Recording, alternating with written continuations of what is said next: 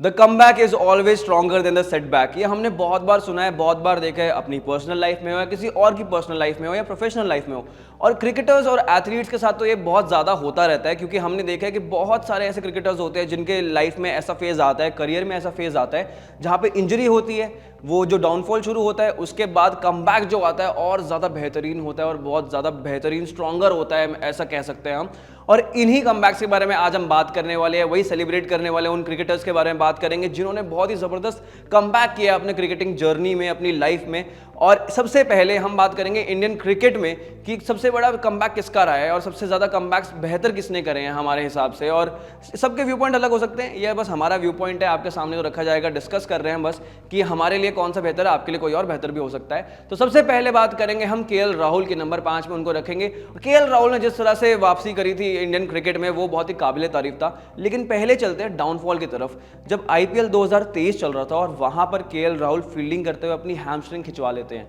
उसके बाद उनको बल्लेबाजी करने के लिए बोला नहीं जाता है और सजेस्ट नहीं करते हैं, लेकिन टीम के लिए वो बल्लेबाजी करने भी उतरते हैं और वहां पे उनकी इंजरी जो है वो और ज़्यादा एलिवेट हो जाती है। और कहीं ना कहीं ये उनकी इंजरी का, डाउनफॉल का एक पीरियड स्टार्ट हो जाता है। ऑल्दो उस वक्त पे 2023 का वक्त, आईपीएल का वक्त काफ़ी ज़्यादा उनके लिए अच्छा जा नहीं रहा था, रन्स ज़्यादा आ नहीं रहे थे, जो बल्ले से उनका स्वीट स्पॉट है वो कहीं ना कहीं मिसिंग दिख रहा था। जो एलिमेंट हम केएल राहुल का देखते हैं, जानते हैं जिस तरह के बल्लेबाज को, वो बल्लेबाजी देखने को नहीं मिल रही थी केएल राहुल की तरफ से। और बहुत ज़्यादा क्रिटिसिज्म हो रहा था कि केएल राहुल को नहीं खेलना चाहिए, अपने आप को चेंज करना चाहिए। बहुत सारे अप्रोचेस के बारे में बात करते थे क्रिटिक्स या जो भी एक्सपर्ट्स होते थे, लेकिन कहीं ना कहीं बिलीव था केएल राहुल के अंदर कि वो जब वापसी करेंगे तो शायद से बहुत और बेहतर होकर आएंगे, और वही हुआ भी। लेकिन जो 2023 आईपीएल के वक्त पे उनको हैमस्ट्रिंग इंजरी हुई तो काफ़ी टाइम तक वो बाहर रहे टीम से, और सबके दिमाग में ये था कि अब यहाँ से वापसी करना केएल राहुल के लिए बहुत मुश्किल हो जाएगा, बिकॉज जिस तरह का बेंच स्ट्रेंथ है और जिस तरह के हमारे पास ओवरऑल क्रिकेटर्स थे, तो यहाँ पे केएल राहुल को रिप्लेस करना बहुत आसान हो जाता। लेकिन जब एशिया कप आया, जहाँ पे श्रेयस अय्यर को बैक स्पैज्म हुआ और वहाँ पे केएल राहुल को मिली डायरेक्ट एंट्री एशिया कप 2023 में, और उसके बाद जो मौका था उनको बहुत अच्छे से बुनाया गया और 111 रन नाबाद की जो पारी खेली थी केएल राहुल ने पाकिस्तान के खिलाफ, उन्होंने बता दिया कि मेरा कमबैक कितना ज़्यादा स्ट्रांग है और मैं कितना ज़्यादा बेहतर बल्लेबाज बन के आया हूँ। अपने नेचर से बिल्कुल विपरीत बल्लेबाजी करना हो या फिर जहाँ पे टीम को जिस तरह की ज़रूरत हो, चाहे मिडिल ऑर्डर या टॉप ऑर्डर, हर जगह बल्लेबाजी करने के लिए सक्षम है और वही करके दिखाया। उसके बाद जब वर्ल्ड कप आया तो वर्ल्ड कप में भी स्क्वाड में एंट्री मिली, और पहला ही जो मैच था वर्ल्ड कप का, जहां पे 2 रन पे 3 विकेट हो गई थी भारतीय टीम की अगेंस्ट ऑस्ट्रेलिया इन चेन्नई, वहां पर केएल राहुल आए, वहां पे संकट मोचन बने और जिस तरह से विराट कोहली के साथ वो साझेदारी करी और 97 रन की जो नाबाद पारी खेली, वो दिखा दिया सबको कि केएल राहुल किस चीज़ के लिए इतने ज़्यादा माने जाते हैं और क्या क्या रखते हैं वो एबिलिटी एज अ बैट्समैन। उसके बाद से केएल राहुल ने पीछे मुड़ के नहीं देखा। वर्ल्ड कप में बात करें तो 452 रन 11 मैचों में नीदरलैंड्स के खिलाफ, पहले सबसे तेज भारतीय बने, बेसिकली वो सबसे ज्यादा तेज शतक लगाने वाले भारतीय बने वर्ल्ड कप के इतिहास में, सबसे तेज शतक लगाने वाले भारतीय बने केएल राहुल नीदरलैंड्स के खिलाफ उस वर्ल्ड कप में। 452 रन बनाए 11 मैचेस में, बहुत ही अद्भुत रहा उनका प्रदर्शन वहां पर भी। उसके बाद टेस्ट क्रिकेट की बात करें तो वहां सेंचुरियन में सेंचुरी लगाना, साउथ अफ्रीका के खिलाफ वहां पे रन्स बनाकर आए। उसके बाद इंग्लैंड के खिलाफ भी अच्छी बल्लेबाजी कर रहे हैं, जो हाल ही में जो टेस्ट सीरीज चल रही है वहां पर भी। तो ऑल इन ऑल बहुत ही जबरदस्त कमबैक, और यहां से केएल राहुल ने पीछे मुड़ के नहीं देखा, जो 2023 का वो दौर था जहां पे उनको क्रिटिसिज्म मिल रहा था। केएल राहुल की कमबैक स्टोरी ऑफ कोर्स बहुत ही मोटिवेशनल रही है। अब नंबर 4 पे आते हैं जसप्रीत बुमराह, बूम बूम बुमराह। जी हाँ, करीब 12 महीने, ऑलमोस्ट 1 साल का जो गैप आया था जसप्रीत बुमराह के गेम के अंदर, वो एक बहुत बड़ा फेज था उनके लिए, जो चैलेंज बनकर आया था और वहां से उभरना बहुत मुश्किल हो गया था। 2019 की बात है, उनको पहली बार बैक पेन एक्सपीरियंस होता है और उसके बाद उनका रिहैब चालू होता है, कभी टीम में अंदर कभी टीम के बाहर, और जो परफॉर्मेंसेज होती हैं वो भी वैसे नहीं रहती जैसे हम एक्सपेक्ट करते हैं जसप्रीत बुमराह से। कहीं ना कहीं वो बैक पेन उनको इशू दे रहा था और उस तरह से वो परफॉर्मेंस जो है वो अपनी 100% नहीं रख पा रहे थे। और ये जो डाउनफॉल शुरू हुआ था जसप्रीत बुमराह का, काफ़ी ज़्यादा पर्सनल हो गया था और बहुत ज़्यादा वक्त लग गया उनको उस चीज़ से बाहर निकलने में, क्योंकि कभी टीम के अंदर कभी टीम के बाहर, और बार बार रिहैब के लिए जाना, और सर्जरी जो थी वो अवॉइड कर रहे थे, क्योंकि जो बैक में उनका स्ट्रेस फ्रैक्चर हुआ था, बेसिकली डायग्नोज हुआ जब, तो बीसीसीआई ने ट्राई किया कि उनको वो सर्जरी ना करवानी पड़े और वो वैसे ही रिहैब के थ्रू ठीक हो जाए, करेक्ट हो जाए तो ज़्यादा बेहतर होगा। तो काफ़ी वक्त बेड रेस्ट पे रहना, काफ़ी वक्त क्रिकेट से दूर रहना जसप्रीत बुमराह के लिए बहुत मुश्किल था। फिर जब वापस आते थे टीम में तो कहीं ना कहीं उस तरह से परफॉर्मेंस नहीं मिलती थी। 2023 मार्च में जसप्रीत बुमराह ने डिसाइड किया कि मैं बैक की सर्जरी करवाऊंगा, और न्यूजीलैंड जाके उन्होंने बैक की सर्जरी भी कराई, और उसके बाद 1-1.5 महीने बेड रेस्ट के उसके बाद वो चले गए एनसीए अपना रिहैब शुरू करने। वहाँ पे रिहैब चालू किया, रिहैब के साथ साथ बॉलिंग प्रैक्टिस शुरू की। वीवीएस लक्ष्मण के अंडर उनकी गाइडेंस में वो गेंदबाजी करना शुरू किया और बहुत कड़ा अभ्यास किया वहाँ पे जसप्रीत बुमराह ने। लेकिन उस वक्त पे उनके आसपास जो माहौल था वो बहुत अलग था मीडिया पॉइंट ऑफ व्यू से, या जो बातें होती थी उनके बारे में सोशल मीडिया पे हर जगह, कि जिस तरह से वो बहुत ज़्यादा क्रिकेट से बाहर थे, गेम से आउट चल रहे थे, तो शायद से वापसी करना मुश्किल था। सर्जरी के बाद वैसा पैनापन नहीं आएगा, वैसा पेस नहीं आएगा, वो धार नजर नहीं आएगी जसप्रीत बुमराह की गेंदबाजी में। ये सब स्पेकुलेशंस आते थे, सब लोग इसी बारे में बात करते थे कि शायद जसप्रीत बुमराह का करियर खत्म हो चुका है, वो इतने ज़्यादा अब कारगर साबित नहीं होंगे भारतीय टीम के लिए। WTC फाइनल हो, IPL 2023 हो, होम सीरीज़ हो, कहीं भी उनको जगह नहीं मिल रही थी, बिकॉज ऑब्वियसली वो जो चोट थी उनकी बहुत ज़्यादा बड़ी थी और वो रिहैब करते करते बहुत वक्त लग गया उन चीज़ों को। लेकिन जब अगस्त में जब जसप्रीत बुमराह वापस आए, आयरलैंड की कप्तानी करने के लिए आए डायरेक्टली, और उनको जब जगह मिली तो उन्होंने बताया कि वो जो इतना लंबे समय का उन्होंने वक्त लिया था, इतना लंबा जो अभ्यास किया है, जो रिहैब किया है, वो किस लिए था। क्योंकि जो कमबैक होना चाहिए वो स्ट्रॉन्गर होना चाहिए, और वो स्ट्रॉन्गर था। जिस तरह से उसके बाद से जसप्रीत बुमराह बाहर नहीं हुए अपनी टीम से और टीम के साथ हर मैच ऑलमोस्ट खेले हैं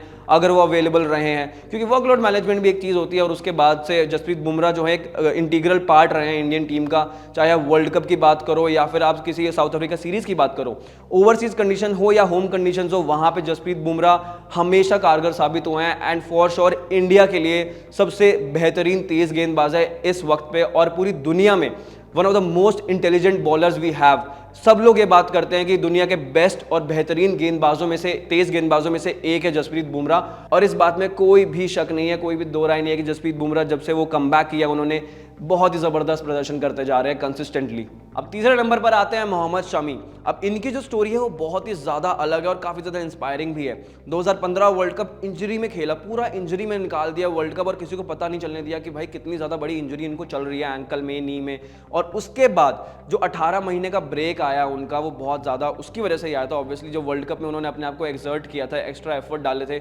उसकी वजह से जो इंजरी थी वो ज़्यादा और बढ़ गई, और फिर 18 महीने का उनको ब्रेक लेना पड़ा। 18 महीने का ब्रेक लिया, उसके बाद कमबैक किया, कुछ अच्छी परफॉर्मेंसेज आई, लेकिन उसके साथ एक पर्सनल लाइफ में इशू आ गया जो कि बहुत बड़ा बन गया, और वहाँ से मोहम्मद शमी की जो लाइफ थी वो अपसाइड डाउन टर्न हो गई एकदम से। मोहम्मद शमी की वाइफ ने उनके ऊपर एलिगेशंस पे एलिगेशंस लगाए, केसेस कर दिए, और उसके बाद से मोहम्मद शमी का जो करियर था ऐसा लगा कि शायद यहाँ पर बिल्कुल ख़त्म हो जाएगा। मोहम्मद शमी खुद शायद ना खेलना चाहें, क्योंकि जो जो एलिगेशंस लगे थे वो अपने आप में बहुत ज़्यादा मेंटली हरासिंग थे। क्योंकि जिस तरह से उन्होंने एलिगेशन लगाए थे, उनकी वाइफ ने बोला था कि उनके ऊपर डोमेस्टिक वायलेंस की जा रही है मोहम्मद शमी की तरफ से, और मोहम्मद शमी मैच फिक्सिंग भी कर सकते हैं शायद से, क्योंकि मेरे को धोखा दे सकते हैं, तो शायद से देश को भी धोखा दे रहे हैं। मैच फिक्सिंग के एलिगेशन लगा दिए गए थे मोहम्मद शमी के ऊपर, तो काफ़ी ज़्यादा बड़ा विवाद बन गया था ये। मोहम्मद शमी पर्सनल लेवल पे बहुत ज़्यादा टूट चुके थे, मेंटली बहुत ज़्यादा थक चुके थे, और उनको नहीं समझ में आता इस चीज़ से बाहर कैसे निकला जाएगा। और सेम पॉइंट ऑफ टाइम पे उनको लग रहा था कि उनका करियर शायद यहाँ से ख़त्म हो गया, लेकिन हिम्मत नहीं हारी।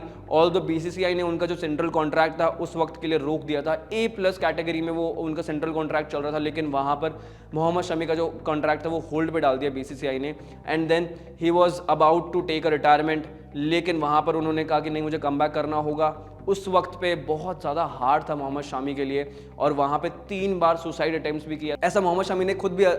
कन्फेस किया कि जिस दौर से वो गुजर रहे थे उस दौर में 3 बार उनको एटलीस्ट सुसाइड अटेम्प्ट करे उन्होंने, और उसके बाद फिर लेकिन उनको रियलाइज़ हुआ कि नहीं, मुझे ऐसा नहीं करना है, मुझे अपने आप को सही प्रूव भी करना है। और जैसे जैसे वक्त बीतता गया उनके साथ थोड़ी जो प्रॉब्लम थी वो सॉर्ट आउट होने लग गई, और 2018 में उनको जब क्लीन चिट दी गई BCCI की तरफ से कि कोई भी फिक्सिंग में उनका कोई भी हाथ नहीं रहा है, कोई भी हिस्ट्री नहीं है, और वहाँ से कोर्ट की तरफ से भी उनको बेल मिल गई, जो भी केसेस चल रहे थे उनके ऊपर एलिगेशन चल रहे थे, उसके बाद जो कमबैक शुरू हुआ मोहम्मद शमी का वो सभी ने देखा है। चाहे आप 2021-22 वर्ल्ड कप की बात करो, और वहाँ पर जब भी जसप्रीत बुमराह नहीं होते उस टीम को लीड करने की बात करो, जो बॉलिंग पेस अटैक होता है, फास्ट बॉलिंग अटैक होता है इंडियन टीम का, उसको लीड करने की बात करो, तो वहाँ पर भी उन्होंने कोई चूक नहीं छोड़ी है। फिर 2023 वर्ल्ड कप का जो कमबैक था वो कौन भूल सकता है, वो तो मतलब अलग लेवल पे हुआ था कि हार्दिक पांड्या चोटिल हुए, उसके बाद हार्दिक पांड्या की जगह उनकी जगह बनी वहां पे और उसके बाद उन्होंने पीछे मुड़कर नहीं देखा। 7 मैच 24 विकेटें और क्या ज़बरदस्त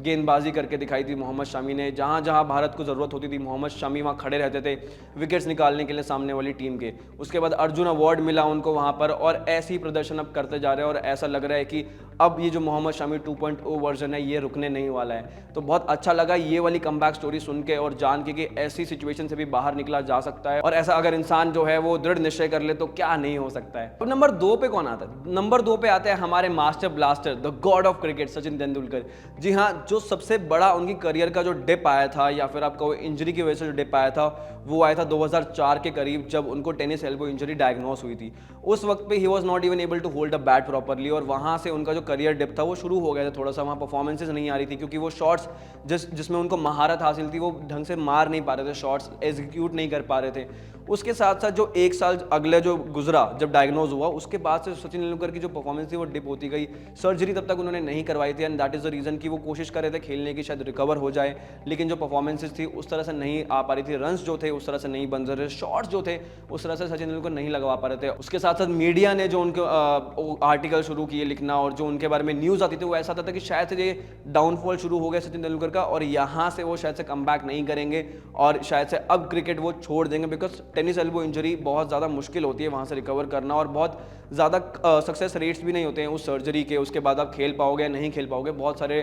दिमाग में डाउट्स थे। सचिन तेंदुलकर ने खुद भी एक्सेप्ट किया कि जब उनके साथ ये हादसा हुआ, जब ये इंजरी हुई बेसिकली, उसके बाद से शायद उनके जहन में बहुत बार क्रॉस किया दिमाग में ये थॉट कि शायद से वो क्रिकेट नहीं खेल पाएंगे आगे, लेकिन still he wanted to make sure कि मैं अपना बेस्ट दूं। और जैसे ही उन्होंने 1 साल बाद डायग्नोज होने की सर्जरी करवाई, सर्जरी के बाद 4.5 से 5 महीने लगे उनको वापस बल्ला पकड़ने में हाथ में। और शुरुआत में उन्होंने बताया कि अपने बेटे अर्जुन का जो प्लास्टिक का बैट होता है वो भी वो होल्ड नहीं कर पा रहे थे, उसके साथ भी नहीं खेल पा रहे थे। लेकिन जब जैसे जैसे धीरे धीरे रिकवरी शुरू हुई, जब वो पहली बार लेदर बॉल से खेलने गए, वहाँ पे 10 से 12 साल के बच्चे उनके लिए फील्डिंग कर रहे थे और फील्डिंग करते हुए 10 से 12 यार्ड से ज़्यादा सचिन तेंदुलकर शॉट्स नहीं मार पा रहे थे। तो जो बच्चे थे जो फील्डिंग कर रहे थे वो आराम से उस गेंद को पकड़ पा रहे थे। सचिन तेंदुलकर अपनी तरफ से बहुत जान लगा के शॉट्स लगा रहे थे, लेकिन कहीं ना कहीं वो गेंद थी वो आगे पहुंच ही नहीं पा रही थी 10 से 12 यार्ड से आगे। तो इस तरह की जो स्ट्रगल थी वहाँ से सचिन तेंदुलकर को लगा कि शायद से ये मेरा वक्त है, अब मैं शायद से यहाँ से रिटायरमेंट ले लूँगा और मुझसे नहीं खेला जाएगा।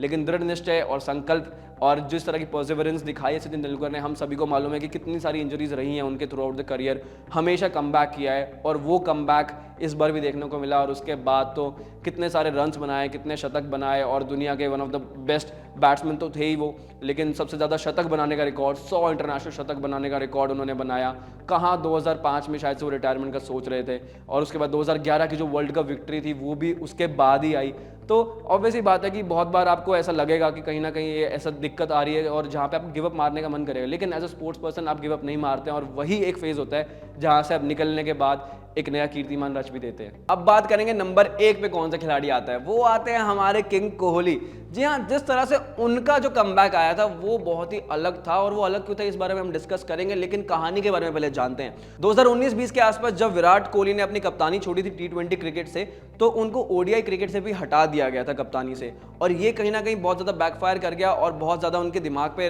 लगी ये बात, बहुत बुरा लगा विराट कोहली को कि यार ये इस तरह से क्यों ये डिसीजन लिया गया, जहां उनको सिर्फ T20 क्रिकेट से थोड़ा सा रेस्ट चाहिए था दिमाग से ताकि वो अपनी गेम पे फोकस कर पाएं और रिस्पॉन्सिबिलिटी थोड़ी कम हो जाए। विराट कोहली ODI क्रिकेट से भी अपना हाथ धो बैठे थे कप्तानी से, लेकिन उसके बाद टेस्ट क्रिकेट से भी उनको वहां से कप्तानी से अलविदा कहना पड़ा, जो कि शायद से अब हम लोग सब मिस करते हैं as Virat Kohli as a captain in test cricket, right. लेकिन उस बारे में उस दौर में जो मेंटल प्रेशर आया था उनके ऊपर वो सभी लोगों को मालूम है, वो काफ़ी एविडेंट भी था और उनकी परफॉर्मेंस में भी दिक्कत आ रहा था, शतक नहीं आ रहा था और सब लोग यही बात करें कि किंग कोहली का डाउनफॉल शुरू हो गया है। फिर उसके बाद रिटायरमेंट के स्पेकुलेशंस कि जो यंगस्टर्स हैं उनको जगह दे देनी चाहिए, क्यों विराट कोहली को बार बार जगह दी जा रही है, हर मैच में प्लेइंग 11 में जगह दी जा रही है, ये हर जगह हर कोई क्रिटिक बोले जा रहा था, सब एक्सपर्ट्स बात कर रहे थे। लेकिन हमारे किंग कोहली तो किंग कोहली है ना भैया, रन्स बना रहे थे। अगर मैं आपको बताऊं 2019 से 2022 के बीच में विराट कोहली, जो कि उनका डाउनफॉल माना जाता है उस पीरियड में, विराट कोहली 44 के एवरेज से रन्स बना रहे थे। तो ऐसा बिल्कुल भी नहीं था कि उनका जो डाउन डाउनफॉल था वो एक्चुअल में डाउनफॉल था। 44 की एवरेज शायद से किसी किसी के लिए बेंचमार्क होगा आजकल इंटरनेशनल क्रिकेट में। अगर आप ओवरऑल इंटरनेशनल क्रिकेट में 44 के एवरेज से रन बना रहे हो तो ऐसा बेंचमार्क था विराट कोहली का कि अगर उनके बल्ले से शतक नहीं आ रहा तो मतलब उनका डाउनफॉल चल रहा है। लेकिन 2022 एशिया कप में ये डाउनफॉल भी एकदम से खत्म हो गया और वहां से एक नया राइज देखने को मिला। विराट कोहली, विंटेज विराट कोहली की एक झलक देखने को मिली हमें जब अफगानिस्तान के खिलाफ उनका शतक आया। T20 क्रिकेट में पहला शतक और 71वां इंटरनेशनल शतक आया। वहां से विराट कोहली ने पीछे मुड़ के नहीं देखा। जो भी स्पेकुलेशंस थे सबको हटा दिया। लेकिन अगर उस शतक से ही पहले चले हम 2022 India versus Pakistan T20 world cup के टाइम पर जो हैरिस राव के खिलाफ वो छक्के लगाए थे और जो 82 रनों की पारी खेली थी विराट कोहली ने, वो एक अलग डंका बजाते थे विराट कोहली ने कि I am back and I am not done yet. Virat Kohli ने बिल्कुल स्टेट कर दिया था कि मैं अभी भी खत्म नहीं हुआ हूं, मेरे पास क्रिकेट बहुत बाकी है और मैं वापस आ गया हूं and the king is back. और उसके बाद से देखा हमने कि अफगानिस्तान के खिलाफ वो शतक, उसके बाद वर्ल्ड कप में जो परफॉर्मेंसेज आई हैं, वर्ल्ड कप में के इतिहास में सबसे ज्यादा रन्स बनाने वाले बल्लेबाज बन गए किसी एक सिंगल एडिशन में। 4 शतक वहां पर लगाए थे विराट कोहली ने और सचिन तेंदुलकर के 49 ओडीआई शतकों को बराबर किया और उसके बाद खुद के 50 ओडीआई शतक का खुद का रिकॉर्ड बना दिया इंटरनेशनल क्रिकेट में। ऐसे हैं विराट कोहली और किंग कोहली। अब जो ये कहानी है वो बहुत अलग है विराट कोहली की। क्यों है बाकियों से जो हमने अभी तक डिस्कस की है, वो इसलिए क्योंकि बाकी जो क्रिकेटर्स थे सब लोग कहीं ना कहीं इंजरी से कम बैक करते आ रहे थे, लेकिन विराट कोहली के साथ कभी ऐसा केस नहीं हुआ कि वो इंजरी की वजह से ज्यादा बाहर रहे हो। और जो वो ओवरऑल जो उनका डाउनफॉल था वो मेंटली ज्यादा था और जो मेंटल फटीक था और जो इतना ज्यादा वो डिप्रेस थे, उस रीजन से उनकी जो परफॉर्मेंस थी वो हैम्पर हो रही थी। और वो ओवरकम करना, वो चैलेंज ओवरकम करना, मेंटल चैलेंज, वो अपने आप में बहुत बड़ी बात होती है जब आपके पास इतना बड़ा ओहदा हो और जब दुनिया आपको किंग कोहली मानती हो। तो किंग कोहली की ये स्टोरी श्योरली इंस्पिरेशनल थी और जितनी हमने बात करी है स्टोरीज के बारे में वो भी सब अपने आप में बहुत बड़ी इंस्पिरेशनल और मोटिवेशनल स्टोरीज थी जो कि कमबैक के बारे में थी कि क्रिकेट में जब भी आप कहीं ना कहीं नीचे डाउनफॉल देखते हो तो वहां से गिरकर उठना कैसे होता है, वो हर क्रिकेटर हमें सिखा कर जाता है। ये थी कुछ मेरी फेवरेट, हम सबकी फेवरेट क्रिकेट ज्ञान की तरफ से कहानियां जो कमबैक की थी इंटरनेशनल क्रिकेट में, इंडियन क्रिकेट की तरफ से, इंडियन क्रिकेटर्स की तरफ से। आपकी कौन सी थी इन सब कहानियों में से फेवरेट, या कौन सी कहानी आपकी है फेवरेट जो हमने कवर नहीं की? कमेंट सेक्शन में जरूर बताना और ऐसी वीडियोस देखने के लिए क्रिकेट ज्ञान को सब्सक्राइब करना मत भूलना। Thank you so much.